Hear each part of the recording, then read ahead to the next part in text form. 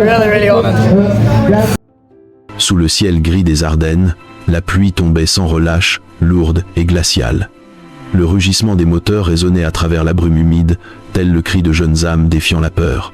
Au milieu de ce chaos, un nom commençait à briller dans le monde du sport automobile, Dilano Van Hoff, un jeune néerlandais de 10 à 8 ans animé par un rêve brûlant, atteindre les sommets de la vitesse. Mais en cet après-midi pluvieux de juillet 2023, sur le circuit mythique de Spa-Francorchamps, théâtre de tant de drames, le destin allait frapper sans pitié. Les dernières minutes de Dilano ne furent pas qu'un simple accident, mais un véritable avertissement pour tout un monde devenu dépendant à la vitesse. Vu de l'extérieur, ce n'était qu'une course de plus du Formula Regional European Championship by Alpine, une série modeste comparée à la F1 ou la F2. Pourtant, pour ces jeunes pilotes, elle représentait tout, la porte du paradis ou la route vers l'enfer. Ce jour-là, la pluie tombait à torrents, la visibilité était presque nulle, et malgré tout, la course continua. Personne ne se doutait que la section Eau-Rouge-Raidillon, célèbre et redoutée, deviendrait à nouveau le symbole de la tragédie, le même endroit où Antoine Hubert avait perdu la vie 4 ans auparavant. Avant que le destin ne scelle son sort, Dilano avait tracé un parcours marqué par la passion, la persévérance et le sourire d'un adolescent plein d'espoir. Il n'était pas issu d'une riche académie de formation, ni d'une famille influente.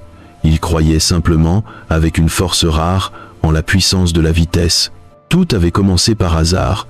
Un jour, enfant, il s'était glissé dans un car qu'un autre venait d'abandonner. Ce moment anodin alluma en lui une flamme qui ne s'éteindrait plus jamais. Dilano devint alors le symbole de ceux qui croient qu'un rêve peut naître d'un instant, pourvu que le cœur soit assez fort pour le poursuivre. Quand sa monoplace MP Motorsport sortit des stands ce jour-là, personne n'imaginait que ce serait la dernière fois qu'on verrait le jeune pilote dans sa combinaison orange et blanche. La pluie battait encore, et derrière la visière embuée, son regard restait fixe, déterminé comme s'il savait que ce n'était qu'une étape de plus sur son long chemin vers la gloire. Mais Spa n'est pas un circuit que l'on dompte. Ici, la vitesse a toujours un prix, et parfois ce prix, c'est la vie elle-même. La course démarra, le vent siffla à travers les collines ardennaises, l'eau jaillissait en gerbes épaisses, avalant toute visibilité. À plus de 250 km/h, les voitures grimpaient l'eau rouge, cette courbe mythique où la moindre erreur peut tout détruire. Et là, au cœur de cette pluie glaciale, le destin attendait Dilano, un destin inévitable, auquel nul ne peut échapper, pas même pour une fraction de seconde. Ce fut un jour où le monde du sport automobile perdit une nouvelle étoile. Un jour qui rappela à tous que, malgré les progrès techniques, les règlements et la sécurité, il existe des instants où l'homme redevient minuscule face à la puissance de la nature et de la vitesse. L'histoire de Dilano Van Hoff commença comme un rêve et s'acheva comme un avertissement déchirant. Derrière la lumière du sport automobile se cache toujours l'ombre de la perte. Souhaitez-vous que je continue avec la partie 02, l'amour de la vitesse, la jeunesse et l'ascension de Dilano? L'histoire de Dilano Van Hoff ne ressemble à celle d'aucun autre pilote. Pas de carte offerte à Noël, pas de père ancien coureur. Tout commença par hasard, presque comme un signe du destin. Ce jour-là, Dilano n'était qu'un garçon venu assister à la course de karting de son demi-frère. Un autre enfant, le fils d'un ami de son père, était pris de panique avant le départ et refusa de courir.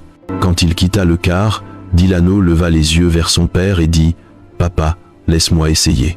Ce simple moment décida du reste de sa vie, le début d'un chemin fait de vitesse, de passion et, finalement, de tragédie. Dès qu'il prit le volant pour la première fois, quelque chose d'unique se produisit. À partir de ce moment, j'ai su que j'étais à ma place, racontera-t-il plus tard. À seulement 11 ans, il entra dans le monde exigeant du karting international, une véritable école de gladiateurs, où naissent les futurs champions de Formule 1. Il participa aux prestigieuses Supercars USA Supernational, impressionnant immédiatement par son calme, sa précision et sa maturité. Beaucoup le surnommèrent le « petit Kimi Räikkönen », non seulement pour son attitude glaciale, mais parce qu'il partageait la même force tranquille. Peu de mots, beaucoup d'action. En grandissant, Dilano gravit les échelons du sport automobile à une vitesse fulgurante. En 2021, il fit ses débuts en F4 Émirats Arabes Unis et, quelques mois plus tard, remporta le championnat d'Espagne de F4 avec MP Motorsport. Ce titre fit de lui l'un des jeunes talents les plus prometteurs du paddock. Le garçon qui un jour avait emprunté un kart pour s'amuser était désormais un véritable pilote professionnel. Mais derrière chaque victoire se cachait la rigueur, les nuits blanches passées à étudier les trajectoires et les entraînements sous la pluie glaciale, la marque des vrais passionnés.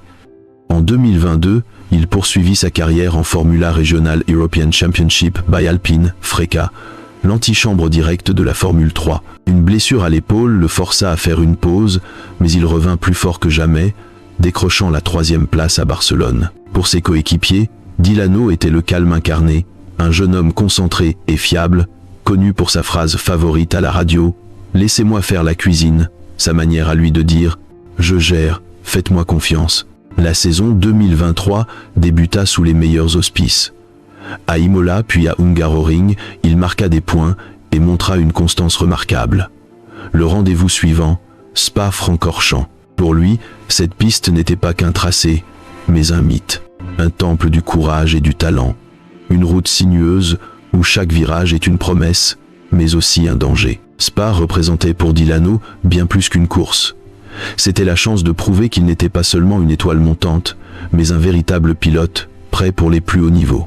Il arriva en Belgique avec le sourire, entouré de son équipe MP Motorsport, qu'il considérait comme une famille. Personne ne se doutait que ce week-end serait son dernier. Mais à ce moment-là, avant que la pluie ne tombe, avant que le ciel ne s'assombrisse, dans ses yeux, il n'y avait qu'une seule chose, la vitesse, cette force qui lui avait tout donné et qui allait bientôt tout lui reprendre. Le 1er juillet 2023, le ciel des Ardennes s'assombrit sous des nuages lourds et menaçants. La pluie tombait à torrents sur le circuit de Spa-Francorchamps, transformant l'asphalte en un miroir glissant. Malgré les conditions épouvantables, la direction de course décida de maintenir la manche de la Formula Regional European Championship by Alpine. 34 jeunes pilotes s'alignèrent sur la grille, parmi eux Dilano Vanoff, plein d'ambition et de confiance. Personne ne savait que cette course allait devenir son dernier voyage. Dès les premiers tours, la situation devint chaotique. L'eau stagnait sur la piste et les projections spray des voitures rendaient la visibilité presque nulle. Pourtant, les pilotes continuaient à pousser, mus par l'adrénaline et la soif de compétition. Après une courte neutralisation, la course fut relancée. Dilano, en 19 positions, se retrouvait au cœur du peloton, là où la visibilité était la pire. Devant lui, le pilote allemand Tim Tramnitz perdit le contrôle dans la fameuse section Raidillon, heurta violemment les barrières de pneus et rebondit sur la piste. C'est à cet instant que tout bascula. Dilano tenta d'éviter l'accident. Il freina, corrigea légèrement sa trajectoire, mais ses pneus glissèrent sur la surface détrempée. Sa monoplace heurta la barrière et resta immobilisée en travers de la piste, juste avant la ligne droite du Kemmel, où les voitures arrivaient à plus de 200 km/h. Quelques secondes plus tard, à travers le mur de pluie et de brouillard, surgit la voiture de l'Irlandais Adam Fitzgerald. Il n'avait aucune visibilité, aucun temps pour réagir, aucun moyen d'éviter le choc. L'impact fut latéral, brutal, dévastateur, un T-bone d'une violence extrême. La monoplace de Dilano fut littéralement déchirée en deux. Le bruit du choc résonna dans toute la vallée de Spa comme une explosion. Les voitures derrière freinèrent brusquement, certaines quittèrent la piste pour éviter la collision. Les commissaires de piste et les secours accoururent sous une pluie battante. Le cockpit de Dilano était méconnaissable. Les sauveteurs durent découper la structure en carbone pour l'extraire. Pas un mot, seulement le martèlement de la pluie et les radios qui grésillaient. Après plusieurs minutes d'effort, il fut transporté d'urgence vers un hôpital de Liège. Mais le cœur du jeune néerlandais de 10 à 8 ans s'était déjà arrêté. L'annonce de sa mort plongea le paddock dans un silence glacial. Eau-Rouge Raidillon venait de frapper encore une fois la même section où Antoine Hubert avait perdu la vie en 2019. Deux tragédies, la même courbe, le même scénario, un impact latéral, une visibilité nulle. Immédiatement, la controverse éclata. Pilotes, équipes et fans se posèrent la même question. Pourquoi la course n'avait-elle pas été interrompue? Pourquoi pas de drapeau rouge? Les comparaisons affluèrent avec le Grand Prix de Belgique 2020 et 1, où Max Verstappen avait mené la course derrière la voiture de sécurité dans des conditions similaires, avant que la FIA ne décide d'annuler l'épreuve pour raison de sécurité. Mais pour Dilano, il était trop tard. Quand la pluie cessa et qu'un rayon de soleil perça à travers les nuages, il ne resta que le silence. Une voiture détruite, un casque fendu, et le vide immense laissé par un garçon de 10 à 8 ans dont les rêves venaient de s'éteindre. Spa-Francorchamps redevenait ce qu'il a toujours été, un lieu mythique et cruel où la passion et la mort ne sont séparées que par une fraction de seconde. Peu après l'annonce officielle de la mort de Dilano Van Toff, le monde du sport automobile fut bouleversé. Des pilotes chevronnés aux jeunes fans, tous furent frappés par la même stupeur. Non seulement on venait de perdre un talent prometteur, mais surtout, beaucoup savaient au fond d'eux que cette tragédie aurait pu être évitée. Sur les réseaux sociaux, la colère explosa. Les mêmes questions revenaient sans cesse. Pourquoi avoir laissé la course se poursuivre? Pourquoi pas de drapeau rouge? Combien de morts faudra-t-il encore pour que la FIA réagisse? Les voix des pilotes de Formule 1 secondés élevèrent immédiatement. Lance Stroll, de l'équipe Aston Martin, déclara lors d'une conférence « Nous avons perdu 2 jeunes pilotes dans le même virage en 4 ans. Cela suffit. Eau rouge et raidillon doivent être modifiés. Si tu perds la voiture à cet endroit et que tu es percuté de côté à 300 km/h, tu n'as aucune chance de survivre. » George Russell, représentant de la Grand Prix Drivers Association, ajouta « Nous devons repenser la manière dont sont organisées les compétitions juniors. Ces jeunes ne devraient pas courir dans des conditions que même la faim refuse. » Les images diffusées après le drame ne firent qu'attiser la colère. Sur une photo prise depuis la tête du peloton, la voiture de tête disparaissait presque derrière un rideau d'eau. Derrière elle, rien d'autre qu'un mur blanc de projection, aucune visibilité, aucune marge. À côté de cette photo circulait une autre, celle du Grand Prix de Belgique 2020, et Max Verstappen y menait sous la pluie, mais la FIA avait stoppé la course après 2 tours pour raison de sécurité. 2 courses, un même circuit, une même pluie, mais 2 décisions diamétralement opposées. Des figures expérimentées du paddock dénoncèrent la situation. Fritz van Amersfoort, vétéran des circuits, déclara « Eau rouge raidillon est une section magnifique, mais aussi un piège mortel. Quand une voiture tape les barrières et revient sur la piste, il n'y a aucune échappatoire. À cette vitesse, un impact latéral est une condamnation. » Ces paroles résonnèrent comme une accusation directe contre la rigidité des organisateurs, trop attachés au mythe de Spa pour admettre ces dangers. Dans le même temps, une nouvelle vague de débats sur la sécurité fut relancée. Des ingénieurs réclamèrent l'installation de dispositifs anti-spray pour améliorer la visibilité en course sous la pluie, un projet déjà testé par la FIA, mais jamais mis en œuvre. D'autres suggérèrent d'agrandir les zones de dégagement, de reculer les barrières et de limiter la vitesse en cas de visibilité réduite. Mais toutes ces idées arrivèrent trop tard. Dilano n'était plus là. Au sein de MP Motorsport, le silence était total. Plus de rire, plus de radio, plus de bruit de moteur. Sur les réseaux de l'équipe, un seul message apparut « We lost one of our own ». Nous avons perdu l'un des nôtres. La colère fut immense, mais sous cette colère se cachait une vérité amère. Peu importe les progrès, le sport automobile ne sera jamais totalement sûr. Comme Ayrton Senna, Jules Bianchi ou Antoine Hubert, Dilano Van Hoff est devenu à son tour un symbole tragique, un rappel cruel que la passion et la mort peuvent se croiser à une fraction de seconde près, sur la même ligne de départ. Après la tragédie de Spa, une onde de choc parcourut le monde du sport automobile. La mort de Dilano Van Hoff n'était pas un simple accident. Elle devint un avertissement brutal sur les limites de la vitesse et la fragilité de la vie humaine. Les équipes, les organisateurs et même la FIA furent contraintes de s'interroger « Comment avait-on pu laisser de si jeunes pilotes encore en apprentissage affronter des conditions aussi incontrôlables ?» Peu après le drame, la FIA et les responsables du Formula Regional European Championship by Alpine lancèrent une enquête complète. Le rapport préliminaire conclut que la visibilité quasi nulle et la pluie intense avaient joué un rôle déterminant. Mais le mauvais temps n'était qu'une partie du problème. Les experts pointèrent plusieurs erreurs, une reprise de course trop hâtive, le retrait du safety car alors que la pluie continuait de tomber, et surtout le manque de cohérence dans les protocoles pour suspendre ou non une épreuve en conditions extrêmes. La leçon de Spa 2019, la mort d'Antoine Hubert, semblait ne pas avoir été pleinement apprise. À la suite de cette tragédie, plusieurs réformes furent proposées.